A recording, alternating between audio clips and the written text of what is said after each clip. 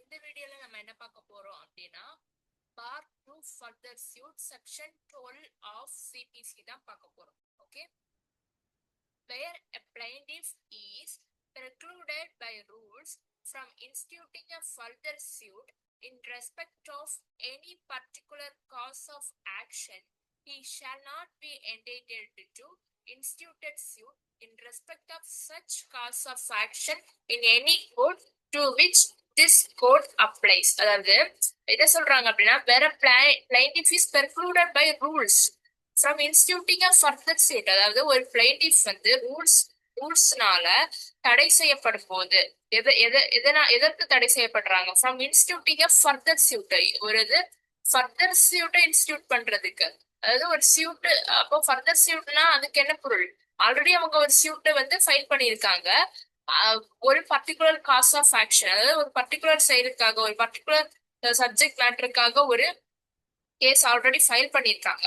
ஆனா அவங்க ஃபர்தர் சியூட்னா அதே பர்டிகுலர் காஸ் ஆஃப் ஆக்ஷனுக்காக திரும்ப இன்னொரு சியூட்டை வந்து ஃபைல் பண்றதுக்கு ரூல்ஸ் படி ஒரு பிளைண்டிஃப் தடை செய்யப்பட்டிருக்கும் போது அவங்க அதே பர்டிகுலர் காஸ் ஆஃப் ஆக்ஷனுக்காக ஒரு சூட்டை வந்து என்ன பண்ணக்கூடாது? ஃபைல் பண்ணக்கூடாது. In any court to which this code applies, அதாவது சிவில் ப்ரொசீஜர் கோட் அப்ளை பண்ணக்கூடிய எல்லா கோர்ட்லயுமே, எந்தெந்த கோர்ட் இருக்கோ எந்த கோர்ட்லயுமே அவங்க ஒரு வாட்டி ஒரு ஃபைல் ஃப்ரெஷ்ஷா ஃபைல் பண்ணிருக்காங்க ஒரு பர்டிகுலர் காஸ் ஆஃப் ஆக்ஷனுக்காக. சோ திரும்ப அதே காஸ் ஆஃப் ஆக்ஷனுக்காக ரூல்ஸ் வந்து இன்னொரு வாட்டி ஒரு சியூட்டை வந்து வேற எந்த ரீசனுக்காகவும் ஃபைல் பண்ணக்கூடாது அப்படின்னு ரூல்ஸ்ல வந்து ஸ்பெசிஃபை பண்ணிருக்கும் போது அவங்க என்ன பண்ணக்கூடாது அப்படின்னா ஃபர்தரா அதே காஸ் ஆஃப் ஆக்ஷனுக்காக அவங்க இன்னொரு சியூட் வந்து ஃபைல் பண்ணக்கூடாது அப்படின்றதுதான் வந்து இந்த என்னது அப்படின்னா இந்த செக்ஷனுக்கான அர்த்தம்.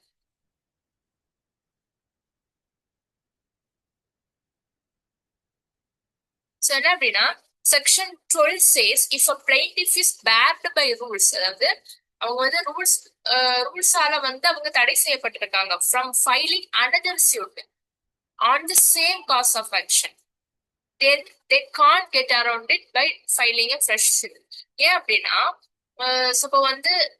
இப்போ வந்து ஒரு ப்ரீவியஸ் சூட் வந்து டிஸ்மிஸ் பண்ணப்பட்டிருக்கலாம் ஒரு டெக்னிக்கல் டிஃபெக்டால ஒரு டிஃபால்ட்டால, இல்லைன்னா வந்து அந்த டைம் வந்து பிளைண்டிஃப் என்ன நினைப்பாங்க, ஓகே நம்ம வந்து புதுசா ஃபைல் பண்ணலாம் அப்படின்னு. ஆனா அப்படி புதுசா ஃபைல் பண்ணக்கூடாது. அதுக்கு பதிலா ஒரு ரெமெடி இருக்கு. அதாவது ஒரு சூட் டிஸ்மிஸ் பண்ணப்படுது அப்படின்னா வந்து சில ரீசன்ஸ்க்காக வந்து டிஸ்மிஸ் பண்ணப்படலாம் இல்லையா? For example order 9 rule 8 of CPC என்ன சொல்லியிருக்காங்க அப்படின்னா பிளைண்டிஃப் வந்து அப்பியர் ஆகல அப்படின்ற பட்சத்துல அதை டிஸ்மிஸ் பண்ணலாம் இல்லையா? சோ அப்ப வந்து பிளைண்டிஃப் வந்து எதுக்கு அப்ளை பண்ணலன்னா அந்த டிஸ்மிஸ்ல வந்து செட்டிசைட் பண்றதுக்கு அப்ளை பண்ணலாமே தவிர அந்த சேம் காஸ் ஆஃப் ஆக்ஷனுக்காக நியூ சூட் ஃபைல் பண்ணக்கூடாது. ஓகேவா? சில பல ரீசனுக்காக அவங்க முதல்ல வந்து ஃபைல் பண்ண சூட்டை வந்து அவங்க டிஸ்மிஸ் பண்ணா அதுல இருக்கக்கூடிய அதுக்கு வேற ஏதாச்சும் ரெமெடிக்கு தான் கேட்கணுமே தவிர அந்த சூட்டை ரீஸ்டோர் பண்றது இல்ல அதை ரிவ்யூ பண்றது அந்த மாதிரி கேட்கணுமே தவிர அதுக்காக ஃப்ரெஷ் ஃபைல் பண்ணக்கூடாது அப்படின்னு செக்ஷன் 12 ஆஃப் சிபிசி சொல்றாங்க. Okay, if a suit is dismissed under 9 Rule 8 of CPC, which is a dismissal for non-appearance, then the plaintiff can apply to set aside the dismissal. The dismissal வந்து set aside பண்ணுங்க அப்படின்னு கேட்கலாமே தவிர new suit file பண்ணக்கூடாது அப்படின்னு சொல்றாங்க. What's the purpose? அதாவது இது வந்து கோர்ட் டைமை வந்து மிஸ்யூஸ் பண்ணக்கூடாது அப்படின்றதுக்காகவும் பிளைண்டிஃப் வந்து மல்டிபிள் சூட்டை வந்து சேம் மேட்டர்ல வந்து என்ன அப்படின்னா ஃபைல் பண்ணக்கூடாது அப்படின்னு சொல்லிட்டு when the procedure only allows a specific remedy, அவங்களுக்கு ஆல்ரெடி நிறைய ஆப்ஷன்ஸ் இருக்கு. ஃப்ரெஷ் சூட் ஃபைல் பண்றதுக்கு பதிலா ரீஸ்டோர் பண்ண கேட்கலாம், ரிவ்யூ பண்ண கேட்கலாம், அந்த ஆர்டர் டிஸ்மிஸல் ஆர்டர் செட்டிசைட் பண்ண கேட்கலாம். இந்த மாதிரி நிறைய ஆப்ஷன்ஸ் இருக்கும் போது அதே சமயம் ரூல்ஸும் வந்து ஃப்ரெஷ்ஷா சூட்டை வந்து ஃபைல் பண்றதுக்கு வந்து ப்ரிவென்ட் பண்ணியிருக்கும் போது அவங்க என்ன பண்ணக்கூடாது அப்படின்னா ஃபர்தர் சூட்டை வந்து இன்ஸ்டியூட் பண்ணக்கூடாது. ஃபார் எக்ஸாம்பிள் வந்து வந்து ஒரு civil suit weak against recovery of money வந்து ஃபைல் பண்றாங்க. ஆனா அந்த டேட் ஆஃப் ஹியரிங் வந்து ஏ வந்து கோர்ட்டுக்கு அப்பியர் ஆகல. சோ என்ன பண்றாங்க, கோர்ட் வந்து அந்த சியூட்டை வந்து default under 9 rule 8 of CPC படி ஆர்டர் 9 ரூல் 8 ஆஃப் சிபிசி படி அதை என்ன பண்றாங்க, அந்த சியூட்டை வந்து டிஸ்மிஸ் பண்றாங்க. அப்போ வந்து ஏக்கு என்ன பண்ணணும்னா, ஏ வந்து என்ன பண்ணலாம், அவங்க ஸ்பெசிபிக் ரெமெடி இருக்கு. ஒரு அப்ளிகேஷன் ஃபைல் பண்ணி அந்த டிஸ்மிஸ் சியூட்டை ரீஸ்டோர் பண்ண கேட்கலாமே தவிர, அதே ஆர்டர் 9ல ரூல் 9 இருக்கு. ஓகே, அதுல வந்து அந்த ரீஸ்டோர் பண்ணி கேட்கலாமே தவிர ஃப்ரெஷ் சிப் ஃபைல் பண்ணக்கூடாது. ஏன்னா உங்களுக்கு இந்த மாதிரி ரெமெடிஸ் வந்து ஆல்ரெடி அவைலபிளா இருக்கிறதுனால ஃப்ரெஷ் சிப்ட் வந்து ஃபைல் பண்றதுக்காக பிளைண்டிஃப் வந்து தடை செய்யப்பட்டிருக்காங்க. ஸோ வந்து ஏ cannot file a fresh new suit on the same cause of action, same debt recovery, just because the earlier one was dismissed for non-appearance.